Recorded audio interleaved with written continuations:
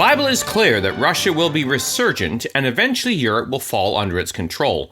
It will join Russia in the inevitable invasion of the Middle East described in Ezekiel chapter 38, verse 3, and say, "Thus saith the Lord God, Behold, I am against thee, O Gog, the chief prince of Meshech and Tubal," or as the RSV puts it, the chief prince of Rosh, Meshech, and Tubal, "and I will turn thee back, and put hooks in thy jaws, and bring thee forth, and all thine army, horses and horsemen, all of them clothed with all sorts of armour, even a great company with bucklers and shields, all of them handling swords, Persia or Iran, and Ethiopia and Libya with them, all of them with shield and helmet, Gomer and all his bands, and the house of Togarmah of the north quarters, and all his bands, and many people with thee." Well, we live during the time when the great preparation described in verse 7 is taking place. "Be thou prepared, and prepare for thyself, thou and all thy company that are assembled unto thee, and be thou a guard unto them." This is similar to the description in the prophecy of Joel when the decree goes out to wake up the mighty men of war. We read in verses 9 to 10 of chapter 3, "Proclaim ye this among the Gentiles, prepare war, wake up the mighty men, let all the men of war draw near, let them come up, beat your plowshares into swords and your pruning hooks into spears. Let the weak say, I am strong." Well, since the outbreak of the Ukrainian war, the world has struggled with how to control the Russian bear. PBS reported this week, global oil prices have risen on fears of restricted supply, which has only fattened the Kremlin's take. Meanwhile, skyrocketing energy prices have fed inflation that is squeezing consumers in rich and poor countries alike and threatens to push Europe into recession. End quote. Well, in an attempt to tether the Russian bear, the G7 countries are looking to target any shipping companies working with Russia to ship its oil to market. On September 2nd, 2022, PBS reported finance ministers from the Group of Seven industrial powers on Friday pledged to impose a cap on the price of Russian oil in a bid to limit the Kremlin's revenues and ability to fund its war with Ukraine, while also curtailing the war's impact on energy prices and inflation. The ministers said they would impose a cap by barring insurance on or shipping companies from helping Russia sell oil at prices above the set limit. End quote. However, this will not be easy to implement, as France's foreign minister was reported to state by CNBC. We read French Finance Minister Bruno Le Maire said on Saturday that efforts by G7 nations to introduce a price cap on Russian oil would require commitments from the wider international community to be successful. Yahoo News also reported France's energy transition minister said Tuesday that very clearly, Russia was using gas as a weapon of war. Western nations fear that Moscow is driving up gas prices to try and weaken their resolve in opposing its invasion of Ukraine. End quote.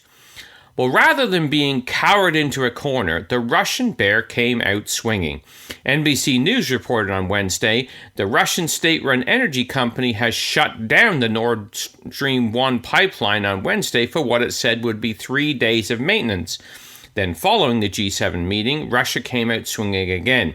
NBC reported Europe's energy crisis loomed larger on Friday after Russian energy giant Gazprom said it couldn't resume its supply of natural gas through a key pipeline to Germany for now, citing what it said was a need for urgent maintenance to work to repair key components just hours before it was due to restart deliveries.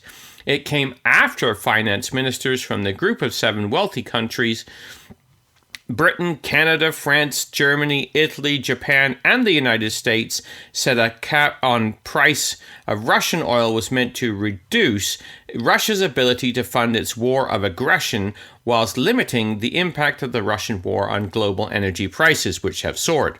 End quote. Even the Ukrainian President Volodymyr Zelensky stated in the daily address on September the 3rd, these days Russia is trying to increase the energy pressure on Europe even more. Gas pumping through the Nord Stream pipeline has been completely stopped. Why do they do this? Russia wants to destroy the normal life of every European in all countries of our continent. It wants to weaken and intimidate the entire Europe, every state.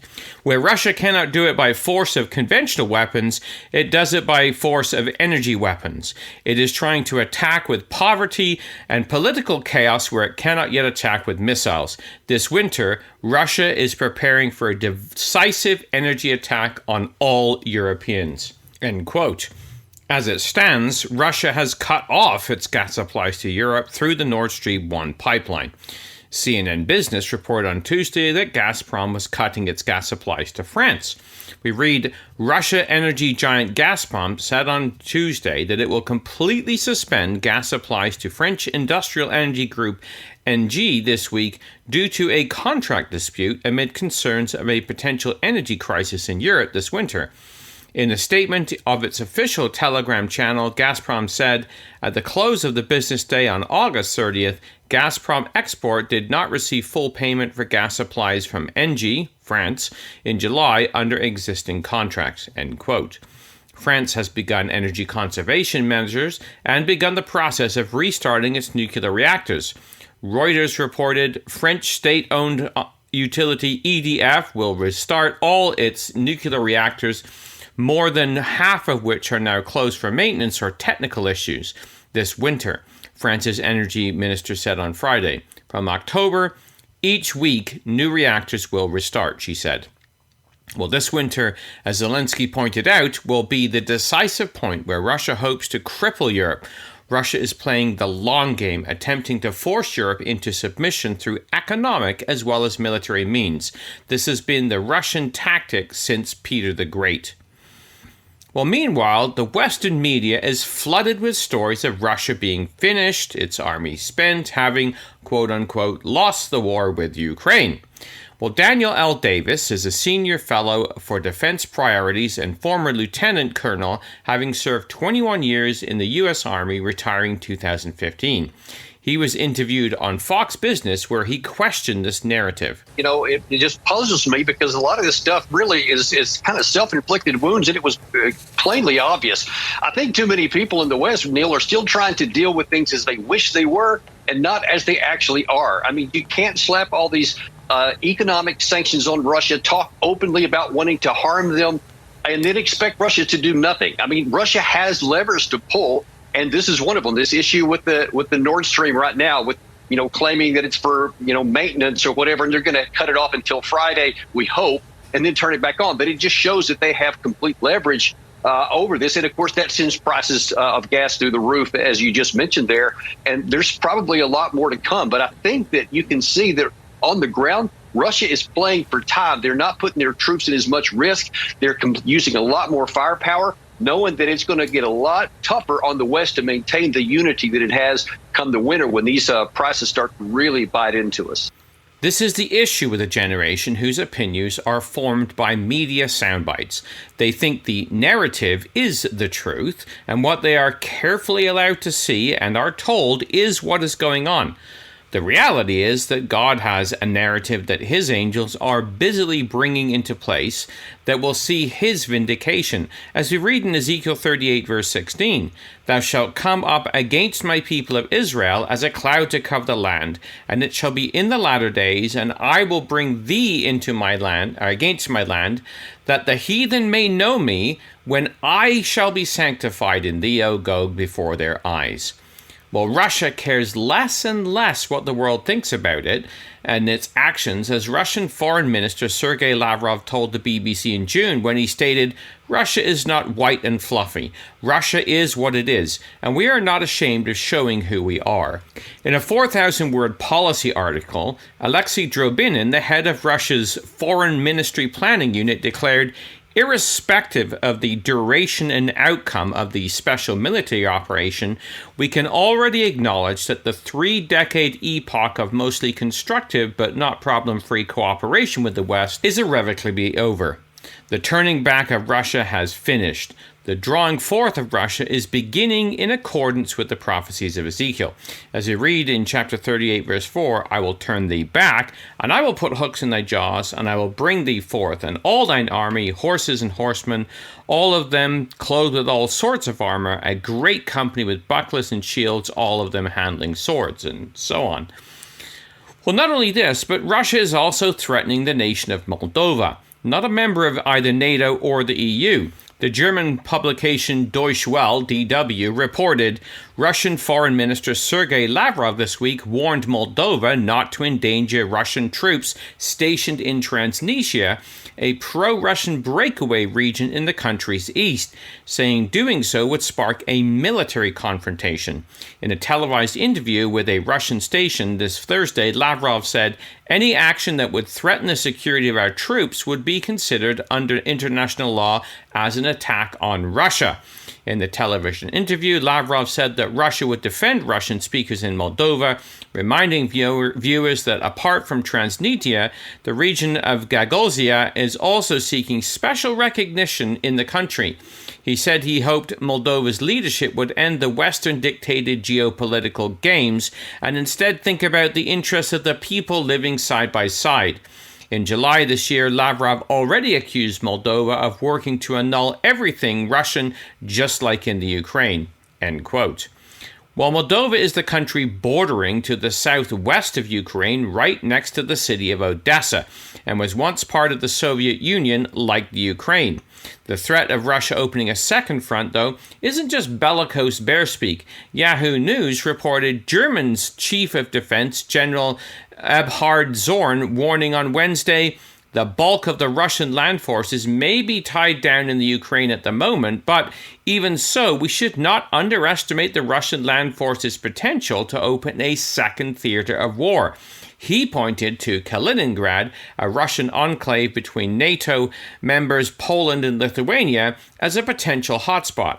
Russia threatened to station nuclear and hypersonic weapons there should Finland and Sweden join NATO. End quote. Well, Putin visited Kaliningrad this week instead of attending Gorbachev's funeral.